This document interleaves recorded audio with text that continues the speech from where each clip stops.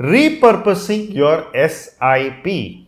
A lot of people have been running SIPs for the last 2-3 years. The results from these SIPs in some funds may not be what you expected or what was the promise when you invested.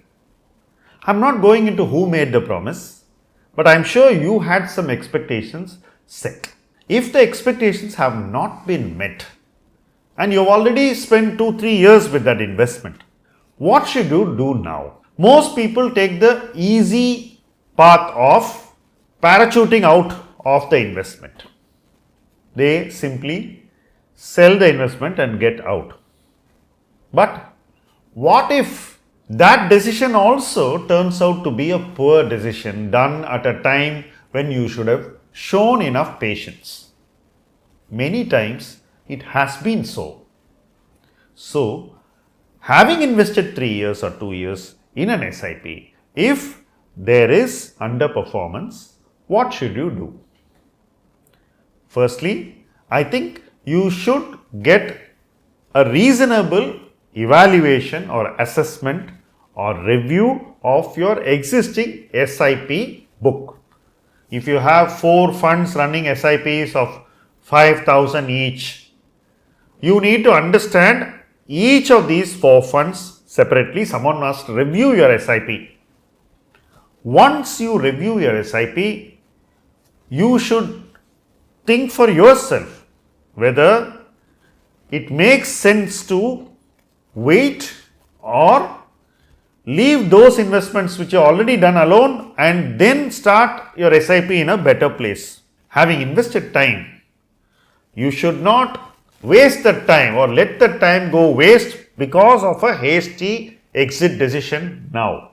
But some decisions may warrant an exit because the fund manager or the product may have completely gone far away from what it should have ideally done. When a product moves far away from its promise and its purpose, bringing it back on track itself will take a long time. Sometimes the fund houses may change the manager.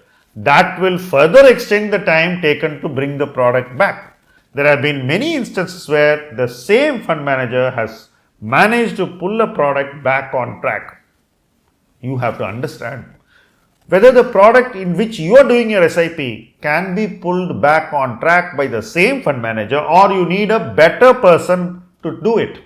If it's going to be a new person, then you probably must allow your existing investments to just stay and not waste too much time on that product.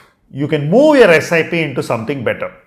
Invest regularly into a product which does not need repair. When you repair your SIP book, you should invest in places where the product will not need further repair. So your money will start working straight away for you.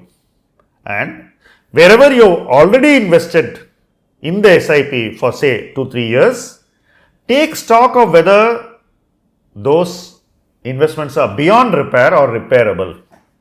If they are repairable, just allow them to run for some more time. Don't redeem the investment. If they are beyond redemption, you repair that investment by taking that money out and putting it in one of the better funds which you are going to now SIP into. Ideally, you can put it in a liquid fund and STP into the same fund over a period of time. All these are some simple remedies. Make your SIP book more productive to move it away from a bad performance or an average performance to a better performance. It is important if you are a DIY investor to get a review from a friend or a peer or an expert, or you can go to a professional. I am consciously putting the professional forth because people tend to easily start thinking that we want you to come to professionals like us. That's not the point at all. Choose your source, and if you have a reliable source who can give you good advice, please go with him.